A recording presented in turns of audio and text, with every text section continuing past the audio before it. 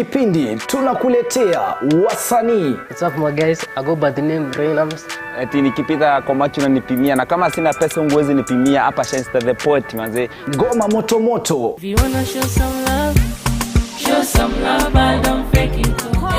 Ida kumenya mawazo makuu nani anadera shule warutani waku Vichekesho mkisongaza mahojiano moto moto, stori za wasanii pamoja na talanta za wasanii.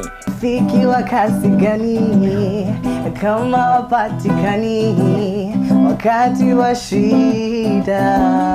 Na pia kwenye kipindi utabambika, utajijenga, utaelimika, utakuza talanta yako. My name is Rebecca Mutie, I'm a model and I'm Afri Kenya. I'm a student. Napenda kusikiza kipindi cha Bonga na Katoni kila Jumatatu kuanzia saa 9 mpaka saa 10. Kumbuka ni kwenye Bonga na Katoni ndani ya TAS TV kuanzia saa 9 hadi saa 10 kila siku ya Jumatatu. This is Bonga na Katoni in TAS TV. Karibuni.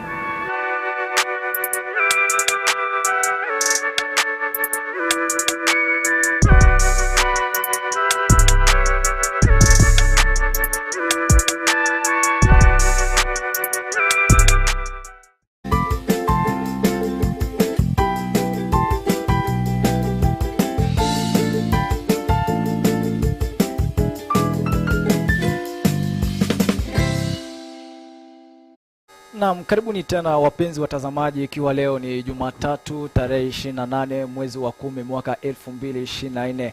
Kama kawaida mpenzi mtazamaji, na ukumbusha kwamba sasa mwaka huko karibu kuisha, na sijui ya kwamba zile achievements wewe mwenyewe ulikuwa umejiwekea kama umeanza kupata moja moja ama labda mambo imeenda kinyume. Anyway, karibu sana kwenye show inafahamika kama Morning Digest. Mimi naitwa Anton Mbuyo Gechi. Niko naye mwenzangu hapa, nitakuwa nikimpea fursa ili akaweza kujiintroduce kwa wale watu ambao mtakuwa mkimtizama labda kwa mara yako ya kwanza. Nitakuwa nikimpea hii nafasi akaweza kutuambia yeye ni nani na ametokea pande gani mwa Kenya, na pia kazi ambayo anaifanya ni gani, na vile vile atakuwa akiintroduce show topic ya show ya leo yenye tutakuwa tukiongelea pale.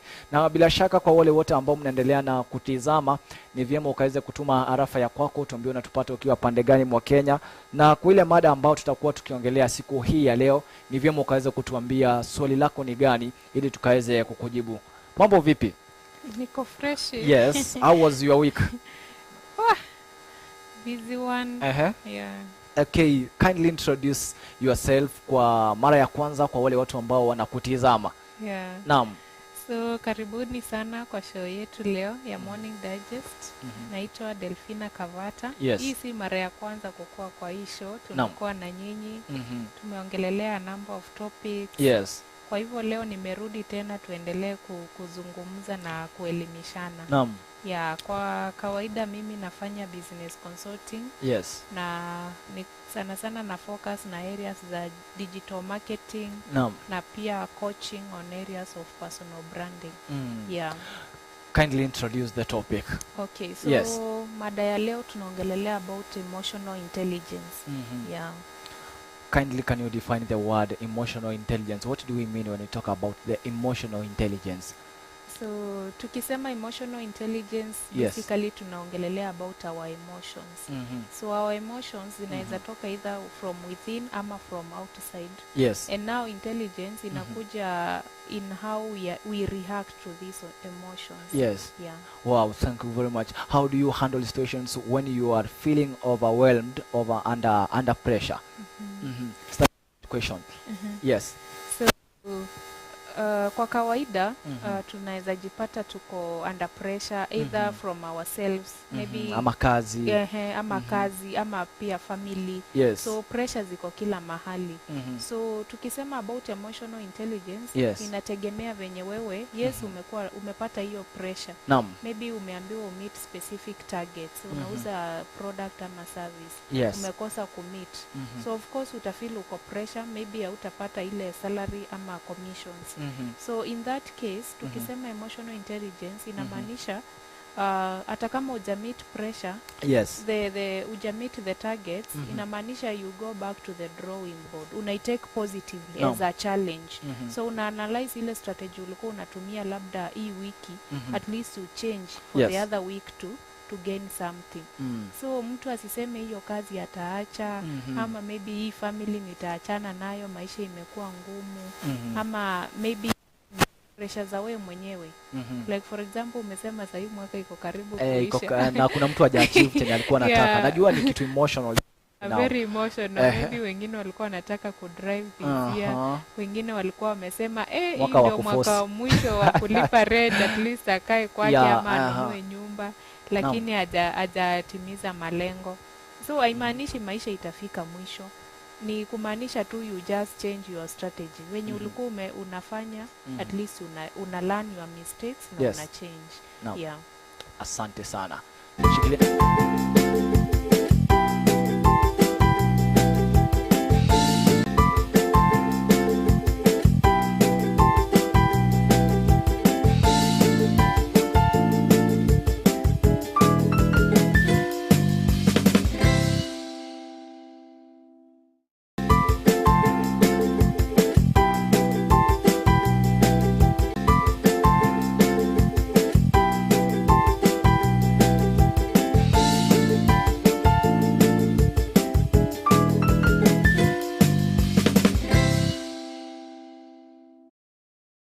Karibu tena mpenzi mtazamaji. Tukiendelea na hilo swala ambalo watu ambao wana feel stress pale, mwaka ni huyo, nilikuwa nataka kuachieve hiki, sikuweza kukipata. Kuna mtu labda alikuwa anatarajia kazi, hakuweza kuipata. Kuna mtu baada alikuwa naomba mwaka ndiye ataolewa, lakini mambo ikaenda mrama kidogo.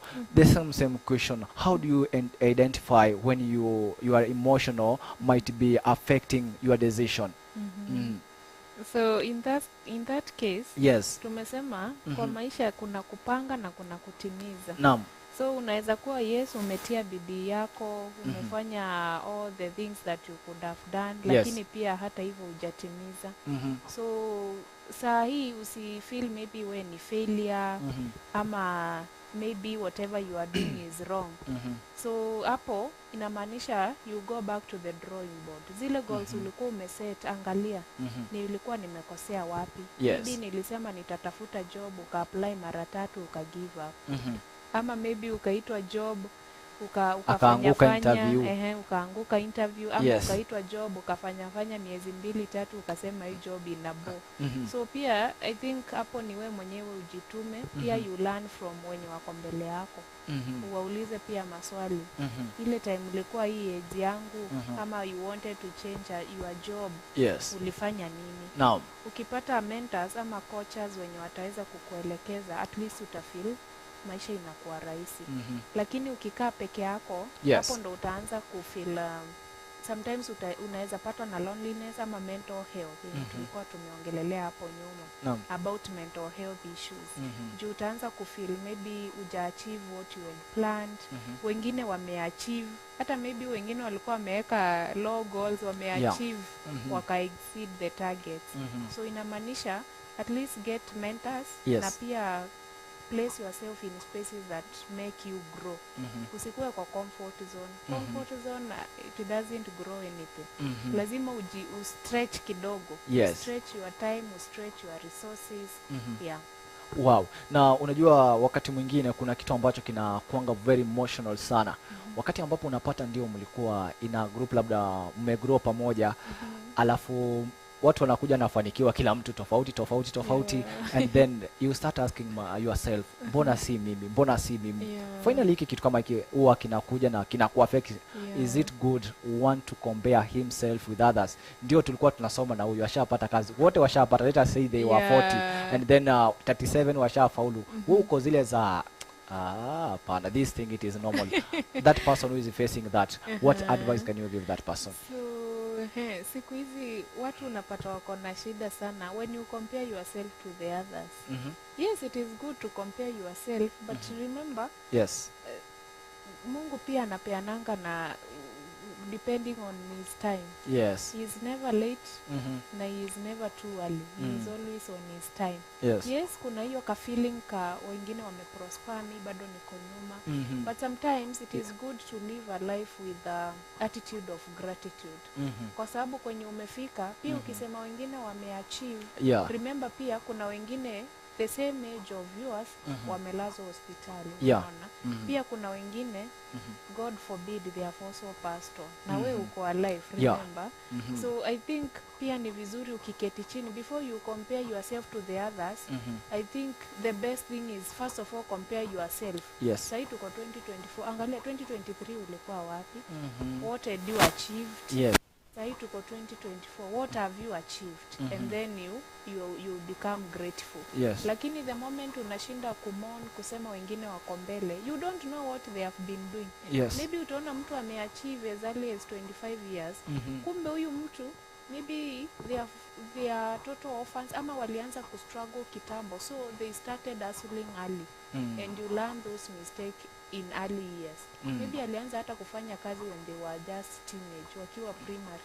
Walianza kuasoaso, unaona. So experience yake huwezi jicompare na yako. Walipata challenges and those challenges ndio zimewafanya wajitume sana. So I think the good thing is compare your progress kwanza wewe mwenyewe before you extend it to the other people. Now, when faced with a challenge or you are facing a challenge, what strategies do you use to stay calm and composed? Challenges?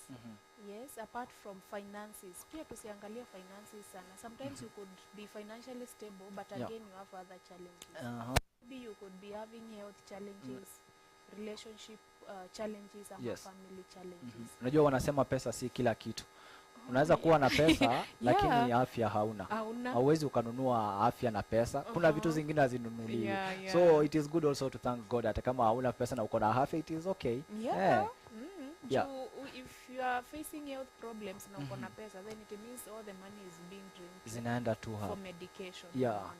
So sometimes when you are faced with those challenges, financial, health wise, relationship, family, so inamaanisha of course you have to sit down and maybe analyze where the problem started. Kama ni finances for example, utapata wengine they have financial problem, but si ati hawapati pesa, wanapata. But now management, how are you managing the finances? Are you using it in the right way? Mama yako yote unapeleka dunda, unaona? Such stuff zitakuweka kwa those challenges.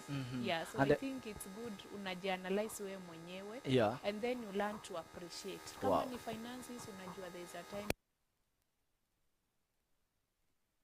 Mungu mbona mimi? Utasema mbona mimi? Then remember kuna mwingine ako amepass. Unaona? So it is good you thank God. Tunaambiango even in the Holy Bible that you thank God in everything. In joy, in problems. Na mshikilia hapo mpenzi mtazamaji, lakini nikirejea nitakuwa nikiangalia yale maswali ambayo umekuwa umenitumia pale, na pia ni vyema ukaweze kusubscribe, ukaweze kulike na pia ukaweze kushare.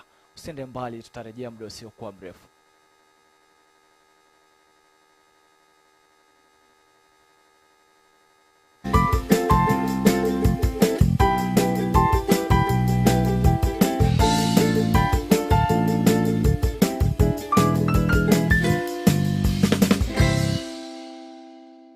Katika kipindi tunakuletea wasanii. What's up my guys, I go by the name Reynams.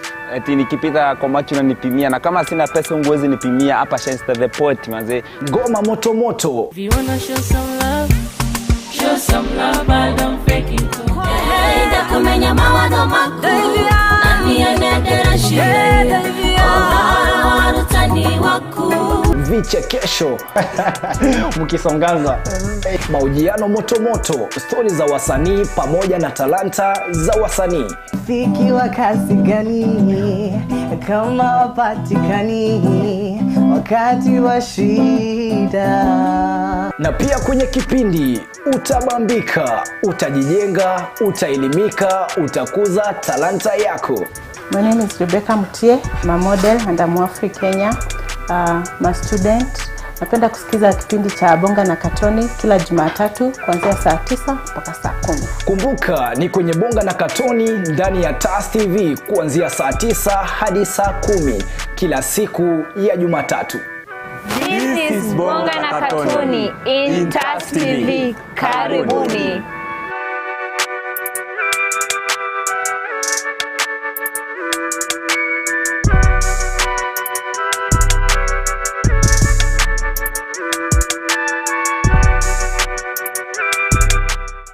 Katika kipindi tunakuletea wasanii. What's up my guys, I go by the name Reynams.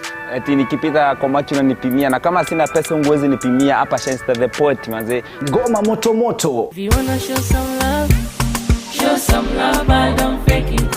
Hey, ndakumenya mawazo mako. Nani anadera shire. Oh, utani wako. Vichekesho mkisongaza, mahojiano moto moto, stori za wasanii pamoja na talanta za wasanii. Fiki wa kasi gani kama wapatikani wakati wa shida. Na pia kwenye kipindi utabambika, utajijenga, utaelimika, utakuza talanta yako. My name is Rebecca Mutie, I'm a model and I'm Afri Kenya. I'm a student. Napenda kusikiza kipindi cha Bonga na Katoni kila Jumatatu kuanzia saa 9 mpaka saa 10. Kumbuka ni kwenye Bonga na Katoni ndani ya TAS TV kuanzia saa 9 hadi saa 10 kila siku ya Jumatatu. This is Bonga na Katoni in TAS TV. Karibuni.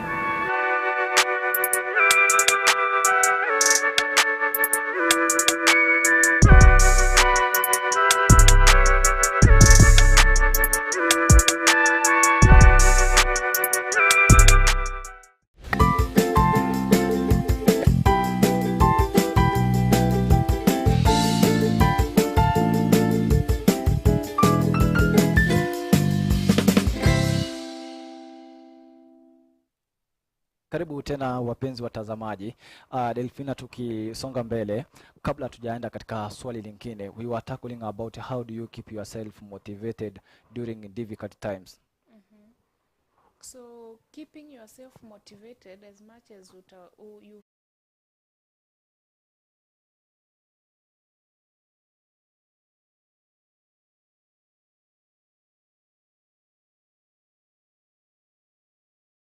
teza job, unasema wacha nikae kwa nyumba peke yangu, maybe God will provide. But at least you may never know. At least reach out to supportive friends, hata wanaweza kukuambia by the way you can do this and this, you get something from it. So it is good as much as uko down, don't be alone.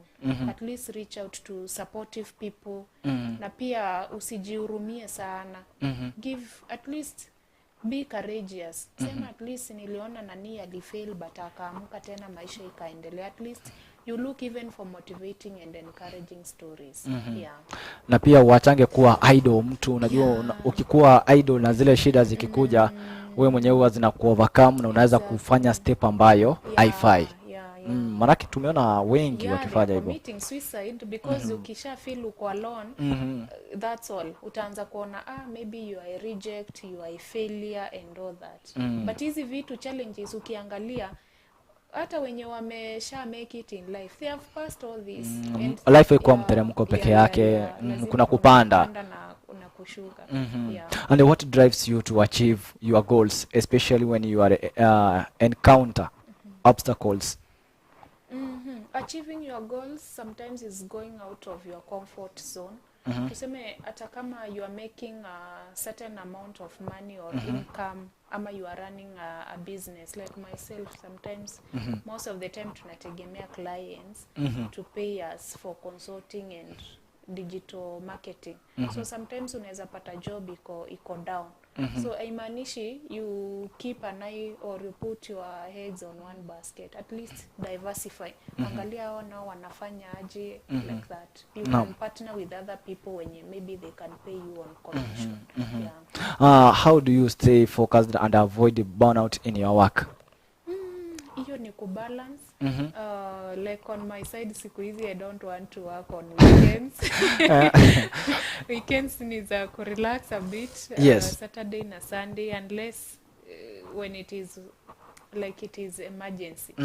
But ni vizuri kubalance. Ukijiwekea ni work.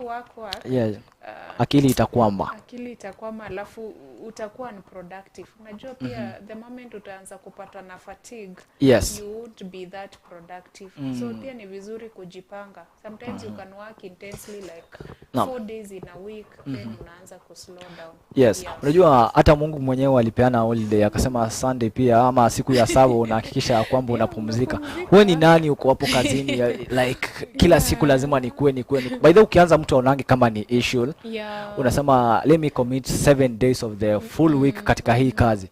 Unaanza mwezi ya kwanza, ya pili, mwaka kwanza hata unaweza enda ikiwa sawa. Lakini nao kumbe kiakili pia na afya yako unaendelea kuiharibu. Ni vizuri pia kujipanga, unajua time ya kufanya kazi, time ya kurelax. Yes. At least na pia una socialize na wengine. Hata ukisikia meetings ama conference iko karibu. Yes, unaenda tu.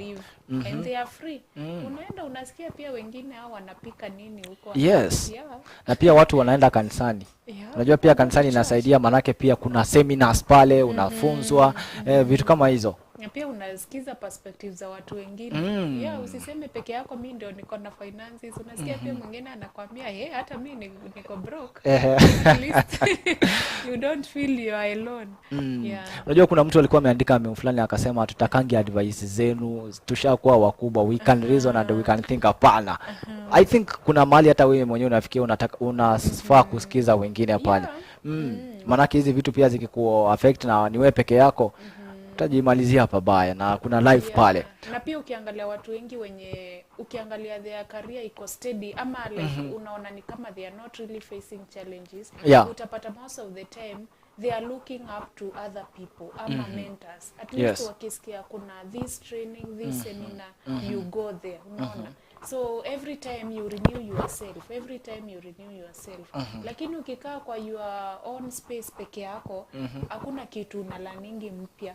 Hata unaweza kaa ukijua wewe ndo unajuanga fashion zote zenye zimekuwa.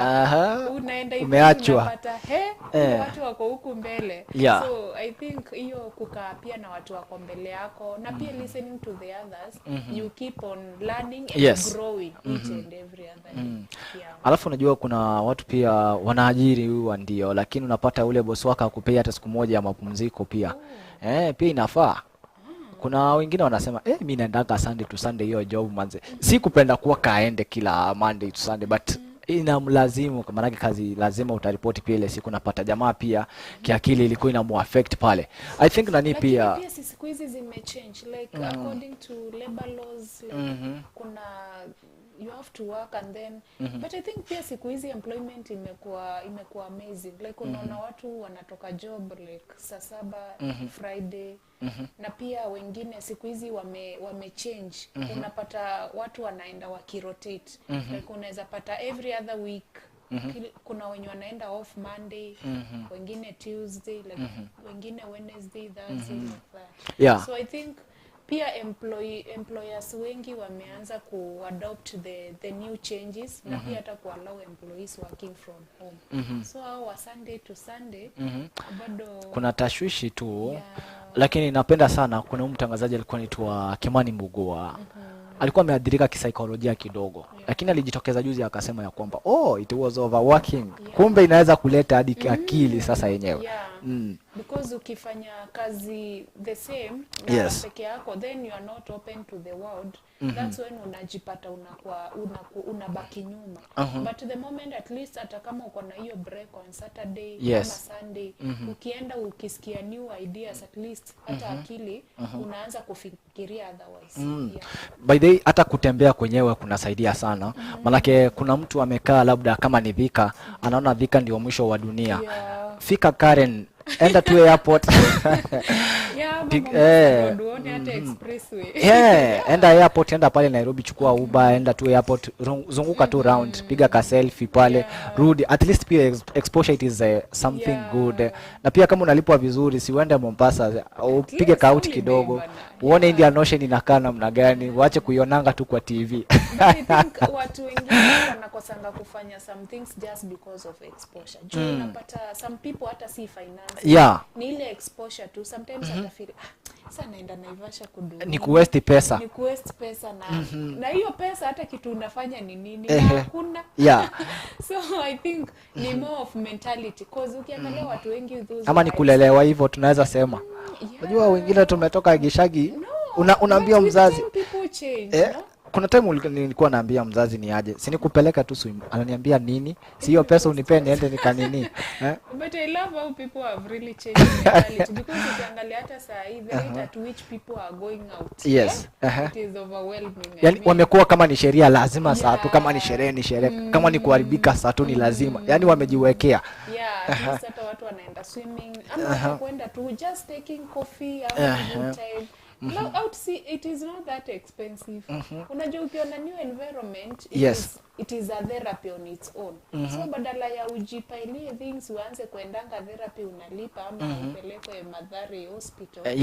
It is good pia we mwenyewe unajipeleka to therapeutic places.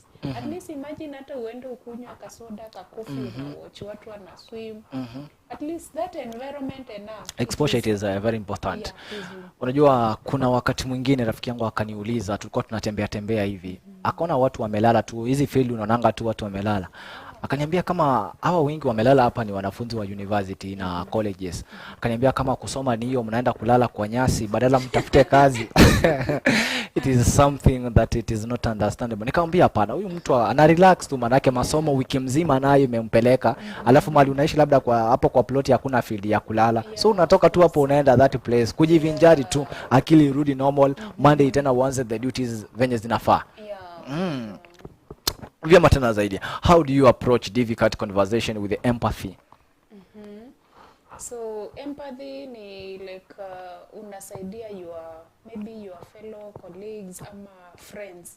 But again lazima ukuwe na limit. Of course si kila mtu anahitaji msaada wako. So don't overgive. Usikue every time ukisikia huyu ako na issue ya pesa umeshapeana. Huyu sijui ako na issue ya kifamilia, uko hapo unadaku unataka kujua what they are going through. So sometimes it's good to limit yourself. Otherwise if you give yourself too much, ndio utaanza kupata burnouts na pia ndio utaanza kupata na mental health issues. Juu utasikiza huyu mara sijui ana maybe they have a ailing relative. Huyu na yeye amepoteza job. Mara mtoto wake amefukuziwa school fees.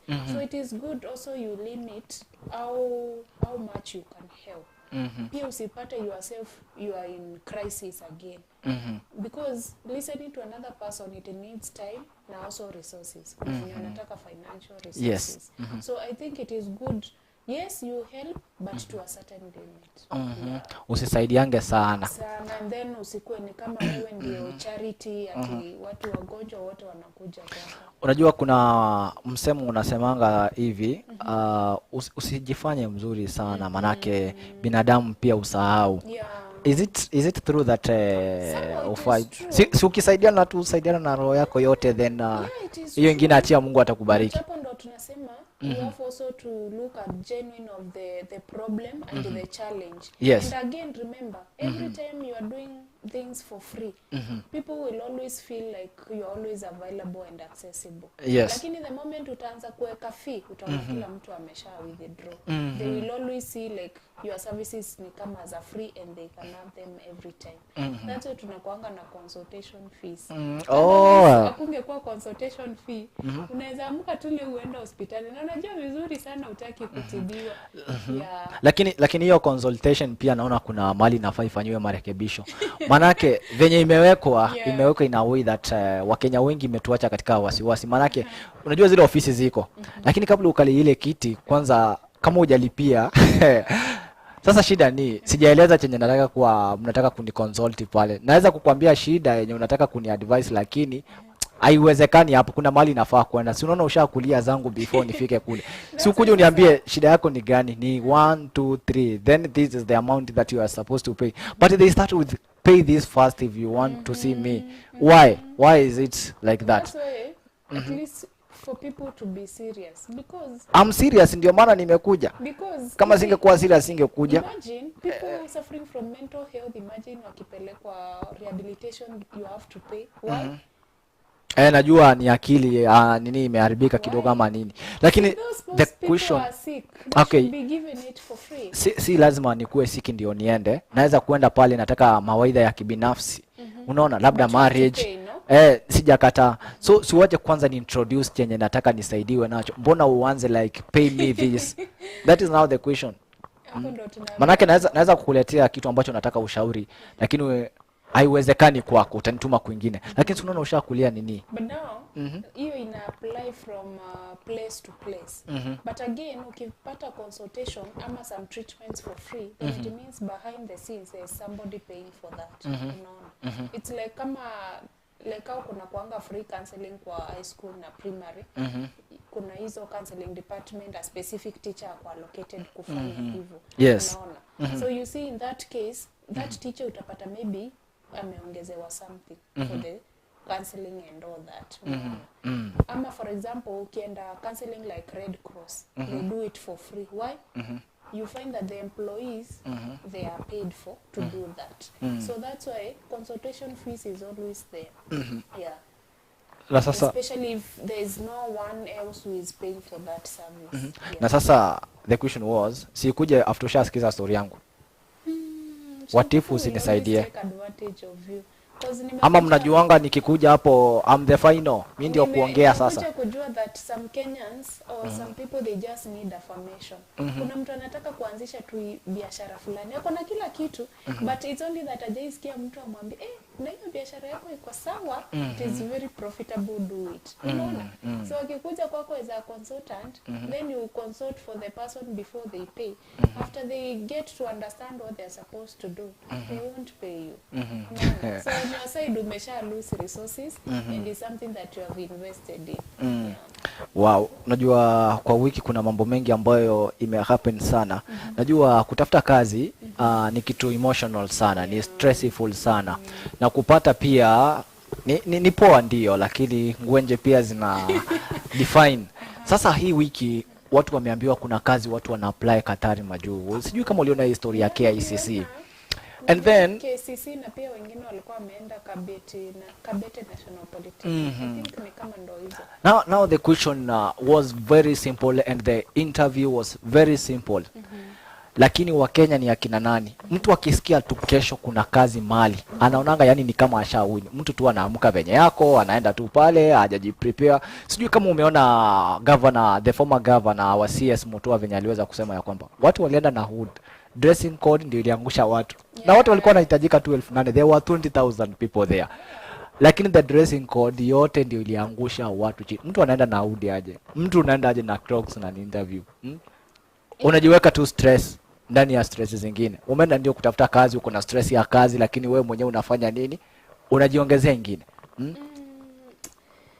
I think the challenge there goes back to our training institutions because siku hizi what I've come to realize as much as learners wanaenda shule kupata knowledge of their specific course ama training, most of them they are not ready for the job market.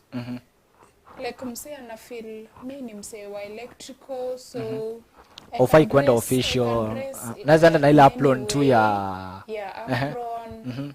Even hata wengine hawajui they have to wear protective shoes and helmets.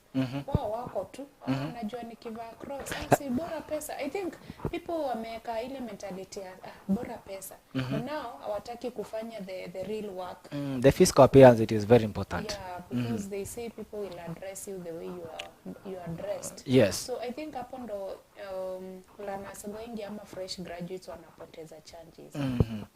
Wanapoteza chances za jobs hata za internships. Yes. Unaona mtu anaenda kwa apply internship hata haja apply ako tu the way maybe akipeleka CV na internship letter the way you have said anaenda na Crocs wengine rugged jeans Una expect upewe hapo na tight sijui na is it the tumbo cut crop top and all that and una expect uchukuliwe na nani to be sincere. Of course utaambiwa utapigiwa simu but it will never come so I think it is also good fresh graduates to learn about the requirements of the job market, how you are supposed to dress, and even how you are supposed to look yourself. Kuna watu pia hata, and this is to ladies, hata gents. Yes. Wanaachilia nywele hataki kuchana, keep it neat. For ladies unapata ameshaeka rangi zote, amechanganya green, red. Na wewe unaona tu uko sawa. Na anaona yeye kwake yeye anaona uko sawa. So I think ni hiyo tu lack of mentorship, at least people to guide them through. Na pia hii JNC unapata pia wengine nao hawaambiliki. Wanafikiria maandamano. Ikikosekana tutaandamana. Yeah. And then pia hii story ya pia content creation. Kuna mwingine anafeel hii job ikifeel maybe nitaenda nianze kudance, maybe nitaanza kutengeneza funny content, but again unapatana long term goals. Juu watu wengi wanafanya content at the end of the day inaisha endorsement with brands, wafanyie marketing, but wengine they don't have that one in mind. What mimi ni dance nilikuwa na TikTok na YouTube and all that. Nayo ilipi. Ana plan by the way. Ama ameupea tu target ya 1 year ianze kumlipa, alafu hiyo 1 year inapita hajafikia zile viwango zenye unafaa kulipwa. But remember there's now the career bit of it. Juu hata ukiangalia watu wengi sahi hata musicians. They have their careers. Si kuimba peke yake. Behind ni daktari, kuna wengine hata ni madaktari. Wengine ni engineers. Engineers kina nameless. So you have also to have your career. Na then sasa kuna passion ama plan B na other things. Ni kwetu ni kama side hustle. So you highlight, I think it's very good. So when they are still confused hapo, you reach me out to my Facebook or you call me nikuje nikufunze about personal branding. Yes, you get those jobs that you are really looking for. Wow. And how do you build a strong relationship with your team or a community? How do you start it? So going back to emotional intelligence, of course, kila mtu anataka kukuwa associated na a person who is understanding, a person who is not hot-tempered. Of course, we have our own emotions. We get angry, sometimes we get disappointed. But now, how you react now determines. Yes. Unajua kama wewe ni mtu hata ukifutwa job utatusi mdosi. Ama uende kuchomea hiyo kampuni nje. Ziko? Ile kampuni msiele. Nika kwa Facebook and whatever. So okay, kila mtu anatakanga rafiki mwenye atamuelewa. Si ati nikuje nikwambie story yangu alafu uko nje unaenda kushare kutangaza. Ama for example naweza kuwa best yako tunafanya project pamoja ama job pamoja, then kitu iende wrong, unaona, then unaanza kunitusi, unaona, ama unaanza kuni isolate, ama unaanza kusema huyu sijui anakuanga aje and all that. Yes. So I think building a community ama friendship pia inatakanga first of all you yourself, you understand yourself, self awareness, understand yourself, who you are, and also develop a very strong emotional intelligence. In fact, siku hizi watu wanasema 80%, if you are 80% emotionally intelligent, you are capable of getting a job faster than a person who has a high intelligent quotient. If you are genius or bright and then you don't have emotional intelligence, then it means that your rate of getting jobs iko low kuliko hata mwenye ako semi skill but their emotional intelligence is high. So I think emotional intelligence is very important in our day-to-day lives, in our workspaces, and generally how to relate with people. Kwa sababu nani anataka watu wanawafumia ama wanawatusi anytime there's something wrong. Kama wewe ni boss, si utachapa your juniors. Kama wewe ni junior utakuwa unatusi mdosi wako and you won't even respect other employees. Yes. So I think in emotional intelligence it is very important. And what advice will you give to someone looking to improve their interpersonal skills? interpersonal skills basically ni the soft skills apart from the hard skills. Yes. Like your specific course kama wewe ni electrical engineer ama automotive ama you are a nurse or a doctor. Those are the hard skills. But now interpersonal is easy, like emotional intelligence, having empathy, being patient. Yes. This is soft, just how to relate with people. So I think if you are really, you need to work on them. First of all, you need to understand yourself. Kama wewe unakuanga hot-tempered, you have to learn how to control your temper. Yes. Mtu amekukasirisha, wengine wanaambiangwa kunywa maji, wengine they say wacha ni kwanza nitoke nipumue kidogo nikuje. Wengine say take a break for 1 year. 1 year ni kubwa because people will always disappoint you kila siku. Kila siku ni a day of disappointment. Na pia it is also good you put room for disappointment. Usikuwe na high expectations. Usiseme nitafanya hivi then hii ifanyike then ikikosa what will you do? So I think lazima tujielewe wenyewe and then we know that life has to go on. Whether you have fulfilled your dreams, whether you have achieved your goals or not, life has to move on. So if you have really to develop your interpersonal skills, you have first of all to understand yourself and also stay with people who will help you to acquire these interpersonal skills. Of course, ukikaa na watu wanapigana, mtaanza na wewe pia. Utalani kutoka hapo pia uanze kufanya hivyo. Ukikaa na watu wako, hata sometimes unaweza pata mtu alikuwa mpole. Yaani unakaa na watu wako tempered, wanatusiana. Unaanza hivyo pia. Unajua kumbe hii ndio mtindo. So I think pia even the people that you are staying with, it is really important. You check on your friends, yeah. Kwa hiyo unajua umenikumbusha tukiwa wadogo kidogo. Mzazi alikuwa anakuambia nisikupate ukitembea na nani tutakosana. Huyo nani anatuhusiana hivi, kumbe walikuwa wanaangalianga the future, they can nini wanaweza kutoa ile yako wakuwekee yao. Tunasemanga bad morals, they ruin good morals. But vice versa inakuanga ngumu sana. Now this applies. Let us say that umesema bad morals they can ruin the good ones, ndio? Umesema hivyo? Yeah. Na sasa huyu mwenye ako na mbaya na anataka kuchange, si atembee na huyu mzuri. Intention yake ni nini? Lakini sasa the reaction itataka effort. That's why unaambiwa don't work with wenye watu wako na tabia mbaya. The reason being tabia mbaya more infectious than tabia mzuri. Because tabia mbaya haitaki effort. Haitaki effort. Kwani kwenda dunda Friday unataka effort gani? Ni ujipeleke na kujipeleka. For example, kama una effort, you need to learn how to slap people. So huyu mwenye anataka kutoka hapo akuje huku na hii pande nyingine, sasa hapo ndio ngumu. Hapo ndio ngumu, obvious. Because coming from bad to good, it requires a lot of effort and a lot of sacrifice. Kwa sababu that's why you find that not everybody is good. Kama siku hizi, you have to tread carefully with people. Unaweza fikiria mtu ni rafiki yako, kumbe si rafiki yako. Ni enemy yako. Like we have seen of late we have seen a lady mwenye alikuwa taxi driver. She was murdered and the car taken. Of late tumeona human resource wa Wells Fargo pia. He got lost, murdered. You see? So if ukijaribu kuangalia hiyo circle, what was the motive behind their killings? Most probably kulikuwa mtu alikuwa jealous about this person. Because hakuna kitu ingine. Why would you kill a person? Umeshachukua gari, you have killed this person. You have not thought of another as an employee, as a breadwinner. So I think a lot of people have bad morals than good morals. Yes. Now, finally, when plans do not go as expected, how do you adjust? Of course. Sometimes it's challenging. Nasikia because really planned this is what I want to achieve by end of this month. Ama by end of these 3 months, by end of this year 9.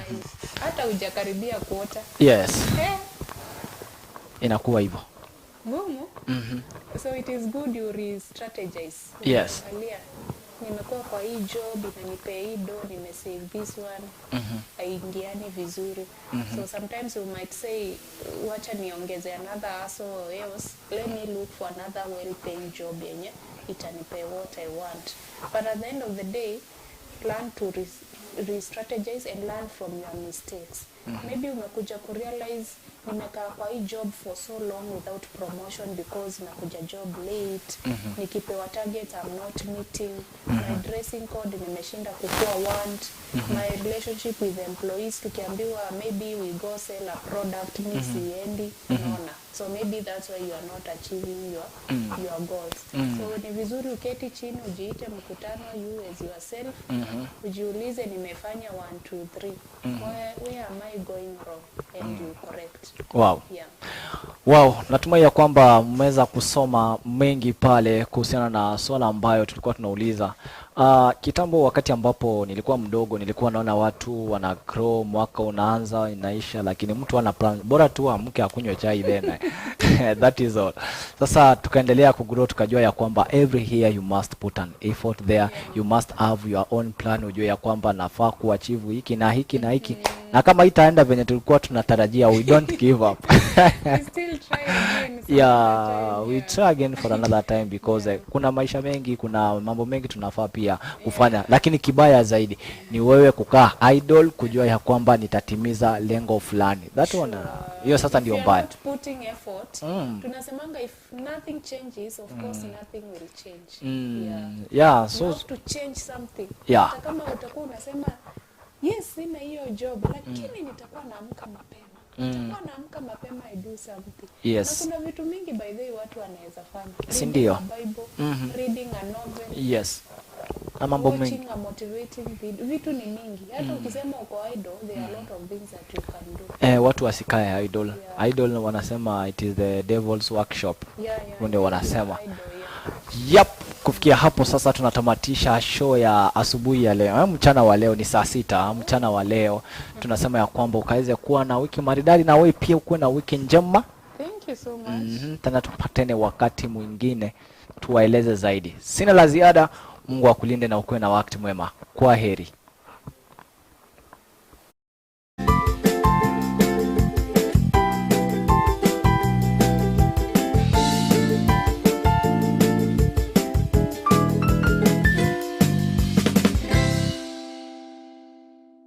Katika kipindi tunakuletea wasanii. What's up my guys? I go by the name Reynams.